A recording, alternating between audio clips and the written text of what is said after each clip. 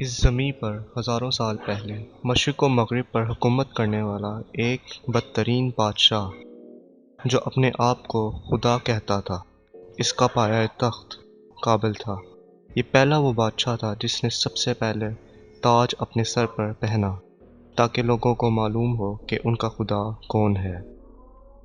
ایک رات اس خدا کہلانے والے بادشاہ نے ایک خواب دیکھا کہ ایک تارا آسمان پر اس طرح سے چمک رہا ہے کہ اس کے نزدیک سورج اور چاند کچے ہوئے نظر آ رہے ہیں۔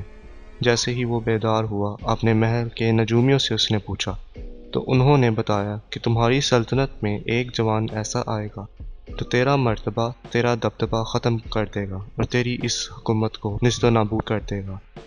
بس نمرود نے ہزاروں بچوں کو مروا دیا اور اس حکم کو نازل کیا کہ مرد عورتوں سے دور رہیں، لیکن اللہ جو چاہے وہ ہو کر رہتا ہے۔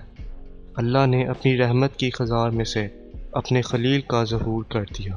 تاریخ میں لکھا ہے کہ حضرت ابراہیم کی والدہ جب حضرت ابراہیم کی آمد ہوئی، کئی سالوں تک اپنے علاقے سے باہر رہیں اور اپنے بیٹے ابراہیم کو غار میں چھپا دیا۔ تقریباً 7 سال تک آپ کی والدہ اس غار میں چھپ کر آتی، آپ کو دودھ پلاتی اور واپس چلی جاتی۔ جب آپ زمانہ بلوغیت کی طرف بڑھنے لگے تو آپ کے چاچا باطل نے یہ کہا کہ آپ ان کے ساتھ آ کر رہیں اور ان کے کام میں ہاتھ بٹھائیں۔ حضرت ابراہیم علیہ السلام جو کہ شہر رہنے لگے، لوگوں کو دیکھا کہ کوئی سورج کی پوجا کر رہا ہے تو کوئی آگ کی، کوئی بتوں کی پوجا کر رہا ہے تو کوئی نمرود کو خدا کہہ رہا ہے۔ آپ نے فرمانا کہ اللہ تو وہ ہے جو ہر چیز پر قدرت رکھتا ہے۔ یہ سورج طلوع ہو کر غائب ہو جاتا ہے، کیسے ہو سکتا ہے کہ یہ خدا ہو؟ یہ آگ پانی سے بجھ جاتی ہے، کیسے ہو سکتا ہے کہ یہ خدا ہو؟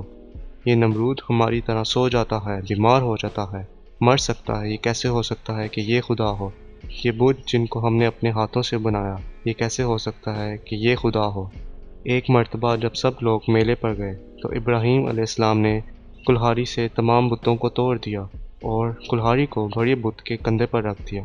جب لوگ واپس آئے تو لوگوں نے دیکھا کہ تمام بت ٹوٹ گئے ہیں۔ سب نے مان لیا کہ یہ کام ابراہیم کا ہے۔ ابراہیم علیہ السلام کہنے لگے کہ پوچھو اس بڑے بت سے کہ شاید اس نے توڑا ہو۔ سب حیرت سے پوچھنے لگے کہ یہ بت کیسے توڑ سکتا ہے؟ تو ابراہیم علیہ السلام نے فرمایا کہ میں بھی تو یہی کہہ رہا ہوں کہ اگر یہ بت کسی اور بت کو توڑ نہیں سکتا تو یہ ہمارا خدا کیسے ہو سکتا ہے؟ نمرود نے ایک حکم جاری کروایا کہ ایک ایسی آگ جلائی جائے جس میں حضرت ابراہیم کو ایسے جلایا جائے کہ لوگ اس سے عبرت حاصل کریں۔ 2 سالوں تک لکڑیوں کو جمع کیا گیا اور ایک بہت ہی بڑی آگ جلائی گئی۔ فرشتوں نے اللہ کی دربار میں فریاد کی کہ اے اللہ، ہمیں حکم دے کہ ہم تیرے خلیل کو بچا سکیں۔ اللہ نے فرمایا، جاؤ دیکھو، اگر ابراہیم مدد مانگتا ہے تو ضرور اس کی مدد کرنا۔ ہر ایک فرشتہ حضرت ابراہیم کے پاس جا کر کہنے لگا، اے اللہ کے نبی، حکم فرمائے، ہم آپ کی مدد کر سکتے ہیں۔ حضرت ابراہیم نے فرمایا، میرا دوست میری مدد کرے گا، میرا اللہ خود میری حفاظت کرے گا۔ جیسے ہی نمرود نے ابراہیم کو آگ میں ڈالا، وہ آگ گلزار بن گئی۔ اللہ کے نبی مطمئن ہو کے، پرسکون ہو کے اللہ کا شکر کرنے لگے، اور فوج نمرود حیرت زدہ ہو کے نمرود سے پوچھنے لگی کہ ہمارے خداؤں سے زیادہ تو ابراہیم کا خدا طاقتور ہے، اس نے ہماری آگ کو گلزار بنا دیا۔ نمرود نے کہا، اچھا۔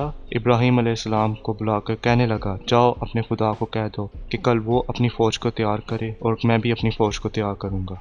نمرود نے اپنی ساری فوج کو اکٹھا کر کے ایک پہاڑ کی چوٹی پر جا کر کہا کہ اگر ہے کوئی اور طاقتور تو آ کر مجھ سے مقابلہ کرے۔